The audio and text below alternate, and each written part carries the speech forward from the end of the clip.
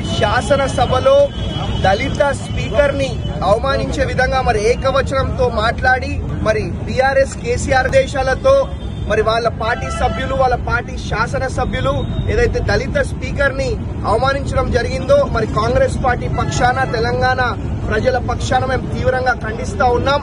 మరి మీకు 10 ఏళ్లు ప్రజలు అవకాశం ఇస్తే కనీసం ఒక రేషన్ కార్డు ఒక ఇల్లు ఇయ్య చాతగానోళ్ళు ఇవాళ కాంగ్రెస్ పార్టీని మరి ప్రజలు ఎన్నుకొని కాంగ్రెస్ పార్టీ ముఖ్యమంత్రిని ఎన్నుకుంటే మీరు ఇవాళ మరి ప్రజలు అభివృద్ధి చెందొద్దు తెలంగాణ అభివృద్ధి చెందొద్దు అనే విధంగా మరి రోజు ఒక కొట్లాట పెట్టడం రోజు ఒక లొల్లి పెట్టడం పనికిరాని కొట్లాటలు మరి ఇవన్నీ కూడా మేమందరం కూడా దీన్ని తీవ్రంగా ఖండిస్తూ మరి ఇటువంటి చర్యలు భవిష్యత్తులో చేస్తే మీకు ఏ విధంగా చేయాలో ఆ విధంగా చేసి మరి మీకు అందరు కూడా ఖబర్దార్ అని చెప్పి మరి కాంగ్రెస్ పార్టీ పక్షాన తెలంగాణ ప్రజల పక్షాన దళితుల పక్షాన మేమందరం కూడా ఇవాళ ధర్నా చేయడం జరిగింది.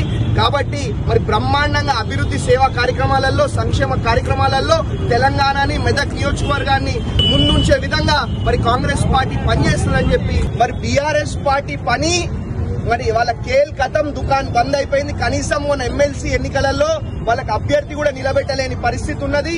మరి మొన్న ఎంపీ ఎలక్షన్స్ అయితే ప్రతి దగ్గరలో కూడా మరి వాళ్ళ డిపాజిట్ కోల్పోయి 3వ 4వ స్థానంకి వచ్చిన పరిస్థితి. కాబట్టి వాళ్ళ ఉనికిని కాపాడుకోవడానికి ఈ పనికిరాని అన్ని కూడా చేస్తా ఉన్నారు.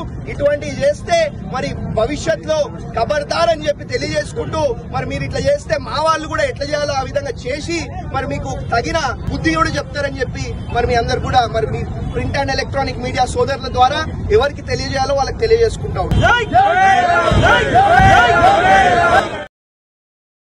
MFSN ఛానల్ కు లైక్ చేయండి, షేర్ చేయండి, సబ్స్క్రైబ్ చేయండి.